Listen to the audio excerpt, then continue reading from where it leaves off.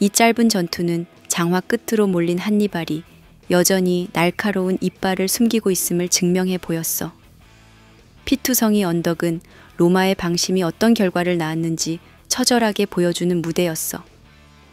그리고 피비린내 자욱한 밤하늘을 뚫고 또 다른 전투의 새벽이 서서히 다가오고 있었어. 크리스피누스도 부상을 입었어. 숲속 어둠에서 날아온 창이 그의 옆구리를 스치고 지나갔지. 치를 떨며 통증을 참았지만 이미 상황이 되돌릴 수 없음을 알았어. 남은 선택지는 살아남아야 한다는 것뿐. 앞으로 로마를 지휘해야 할 책임감이 그를 붙들었어. 그 책임감조차 없다면 모든 게 무의미해지니까. 마르켈루스의 아들도 전장에서 상처를 입었어. 아버지가 창에 꿰뚫리는 걸 바로 눈앞에서 본 충격이 채 가시기도 전에 무너지는 로마 기병 사이를 뚫고 겨우 몸을 돌렸지. 그와 크리스피누스는 시뻘건 칼을 쥐고 말의 고삐를 사정없이 당겼어. 고작 20명 남짓 되는 병사들도 함께였어. 동맹국 지휘관 2명이 쓰러진 모습은 너무나 선명했어. 시간이 지날수록 언덕 위는 사방이 벌겋게 물들었고 부딪히는 병장기의 소리는 살벌했어. 그러나 버티기엔 전력이 너무 약했어. 후퇴. 크리스피누스는 쉰 목소리로 다시 한번 외쳤어. 살아남으려면 달아나는 방법밖에 없었어. 결국 그들은 언덕 뒤편으로 이어진 좁은 숲길을 탈출구로 삼았어. 땀과 피로 범벅이 된 말들이 잡목 사이를 헤치며 울음소리를 뱉었지. 마르켈루스의 아들은 얼굴이 창백했지만 크리스피누스가 옆에서 놓치지 않게 붙잡아줬어. 둘 다 부상이 심했지만 이 죽음의 함정에서 빠져나왔다는 안도감에 겨우 숨을 돌렸어. 뒤돌아본 언덕에는 여전히 기괴한 연기와 비명이 남아 있었어. 마치 로마의 한 시대가 무너지는 소리 같았어. 한니발이 펼친 함정은 완벽했어. 마르켈루스를 죽이고 크리스피누스조차 크게 다치게 만들었으며 동맹군 지휘관 둘마저 잃게 했으니까 로마 수뇌부가 한순간의 방심으로 치명상을 입은 거였어. 크리스피누스는 입술에 남은 핏기를 깨물었어. 달콤했던 승리와 재차 이탈리아를 지배하겠다는 야심은 가차없이 어둠 속으로 사라졌어. 곁에 있는 병사는 이제 20명뿐이었지. 밤이 지나고 아침이 오면 이 비극의 후폭풍이 얼마나 거셀지 뻔했어. 하지만 그는 그래도 내가 살아남았다는 사실이 아직 끝나지 않은 운명의 끈이라고 믿고 싶었어. 언덕 너머로 한니발의 함성이 어둡게 번졌고 그 목소리는 잃어버린 목숨들을 위한 애도이자 다음 사냥을 예고하는 포효처럼 들렸어. 아침이 밝으면 오늘의 교전이 얼마나 커다란 파장을 일으킬지 곧 드러나겠지.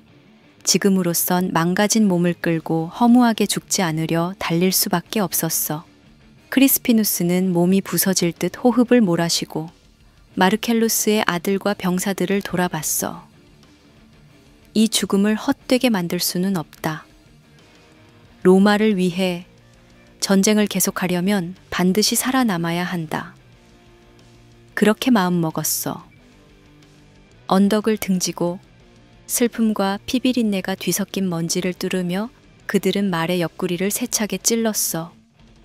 죽음이 이미 턱 밑까지 온 상황에서도 인간은 본능적으로 몸부림치며 살아나려 애쓴다는 걸 이날 밤의 잔혹한 습격이 다시금 증명해 보였어. 한니발은 피로 물든 언덕 위를 천천히 둘러보았어.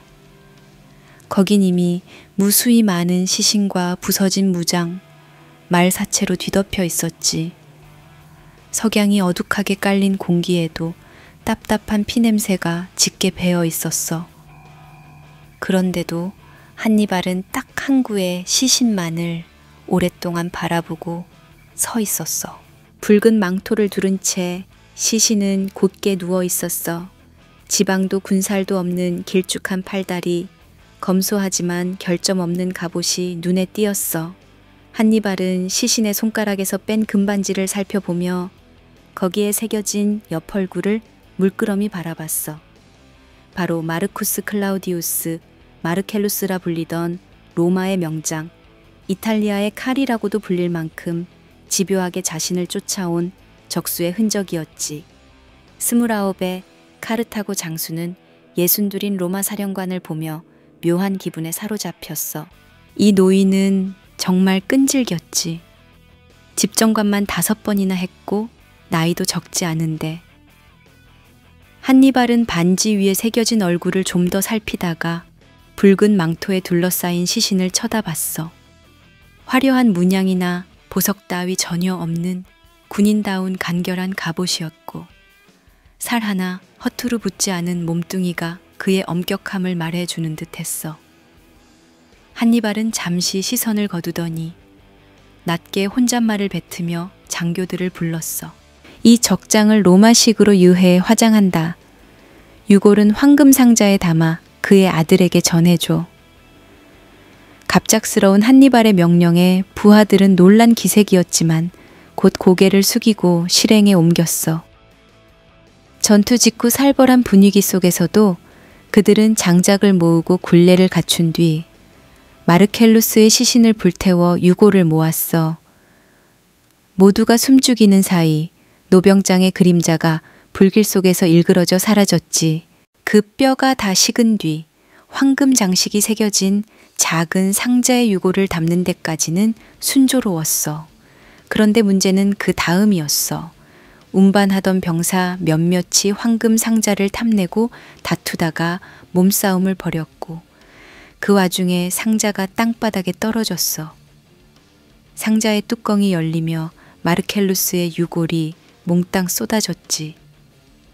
바람이 마침 세차게 불어오자 가루가 된 유골은 연기처럼 허공에 흩날리다가 순식간에 자취를 감춰버렸어. 보고를 들은 장교가 급히 달려와 이 사실을 알리자 한니발은 가만히 귀를 기울인 뒤 짧게 대답했어. 무덤 없이 사라진 것도 그 자의 운명인가 보군. 더 이상의 질책도 없었어. 피로 얼룩진 언덕 위엔 칼날 같은 정적만이 깔렸지. 한니발은 황량한 언덕을 한 번 더 지켜보다가 여전히 손안에 쥐고 있던 금반지를 내려다봤어. 전쟁이란 결국 어떤 죽음도 어떤 예우도 바람처럼 흩어놓고 마는 것 아니겠냐는 생각이 들었어. 언젠가 자신도 이름 새겨진 반지를 누군가의 손에 남기고 같은 운명을 맞을지도 모른다는 불길한 예감과 함께 말이야. 결국 마르켈루스의 유골은 바람에 흩어져 사라졌고 남은 건 금반지에 새겨진 이름과 적장에게 표하던 마지막 예우가 산산조각난 흔적뿐이었어. 그러나 한니발은 묵묵히 그걸 받아들였지. 전쟁이라는 무대가 본디 이토록 잔혹한 법이니까. 봄바람이 불고 있던 이베리아 반도는 묘하게 서늘했어. 스키피오는 지휘관으로서의 위엄을 지키려 애쓰면서도 머나먼 곳을 내다보는 눈빛 속에 긴장과 결의를 숨기지 않고 있었지.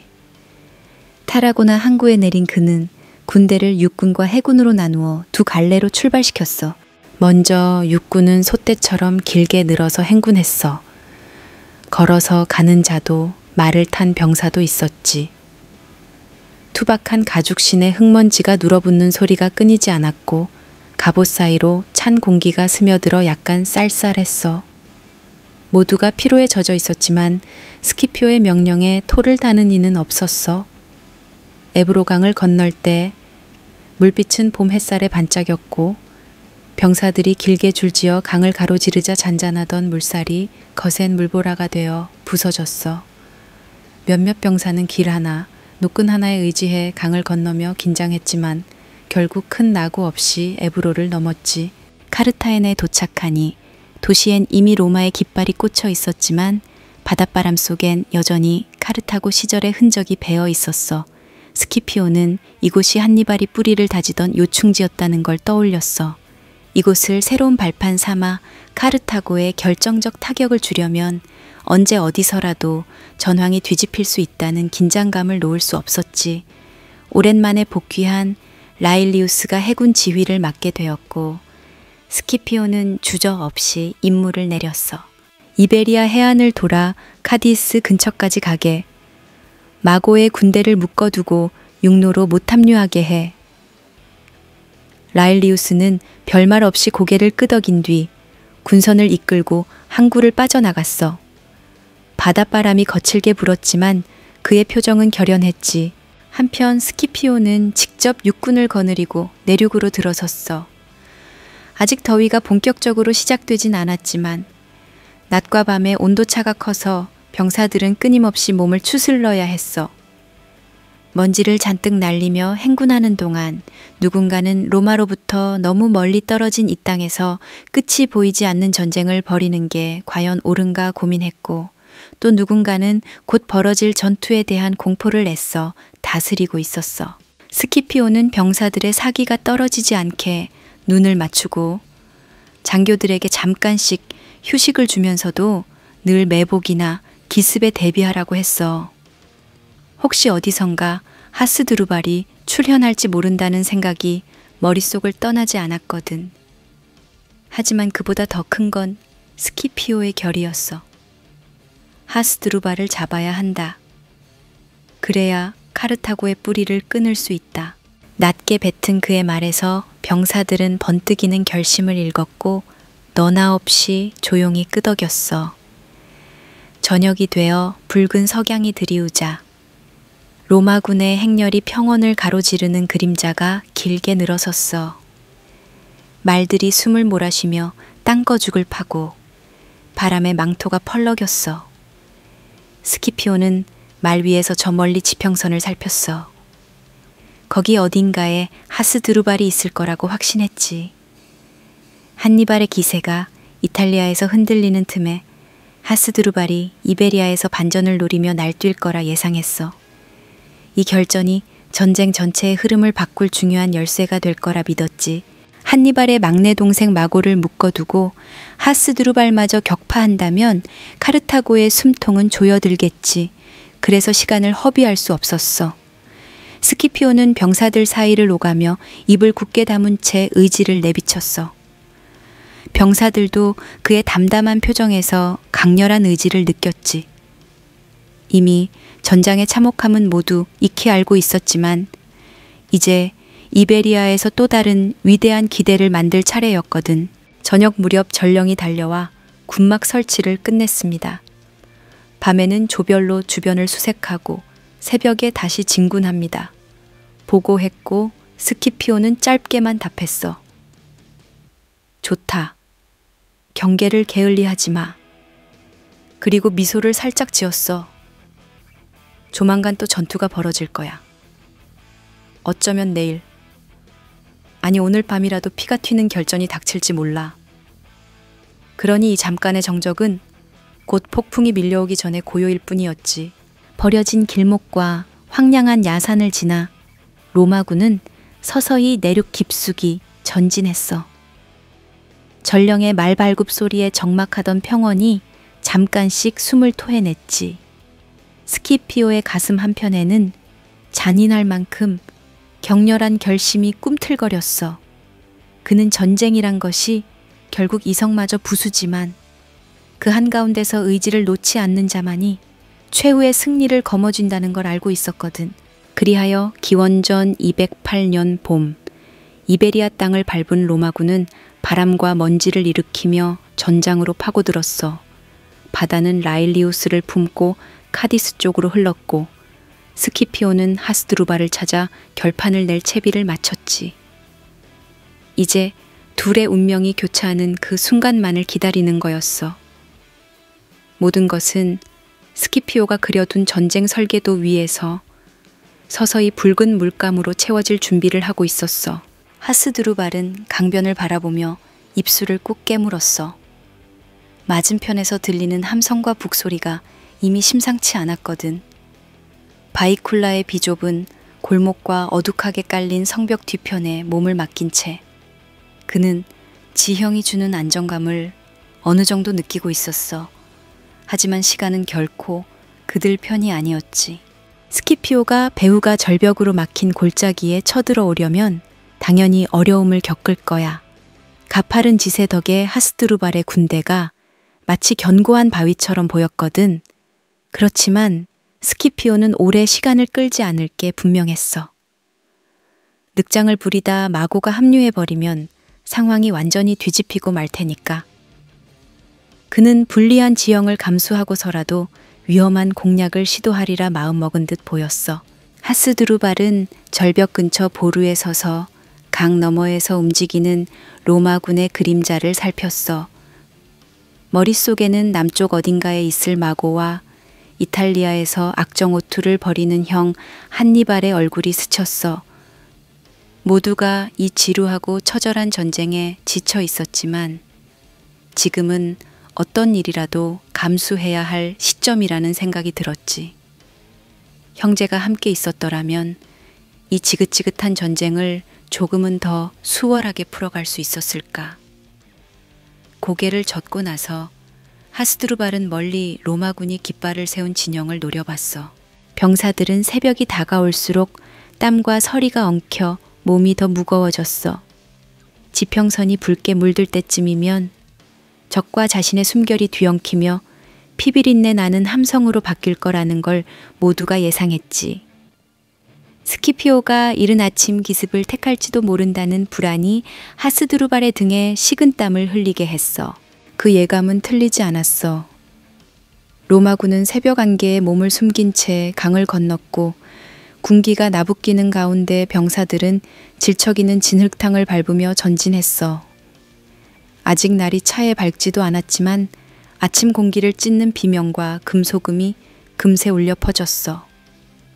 눅눅한 피냄새가 땅바닥에 번지고 무수한 투창과 칼날이 공기를 갈랐어. 하스드루발은 참호 옆에 서서 이 장면을 굳게 지켜봤어. 예상보다 더욱 맹렬하게 돌진해 오는 로마군의 살짝 당황한 기색이었지. 접전이 길어질수록 하스드루발도 마고도 그리고 이 싸움을 지켜보는 모든 카르타고인들도 시간과의 경쟁이 더욱 치열해질 거라는 생각이 들었어. 이미 닳고 다른 한니발이 이탈리아에서 버티는 동안 여기 이베리아에서도 한 방에 판을 뒤집을 수 있는 기회가 절실했기 때문이야. 그런데 지금 전황은 쉽지 않았어. 로마군의 육탄전과 역습이 만만치 않았거든.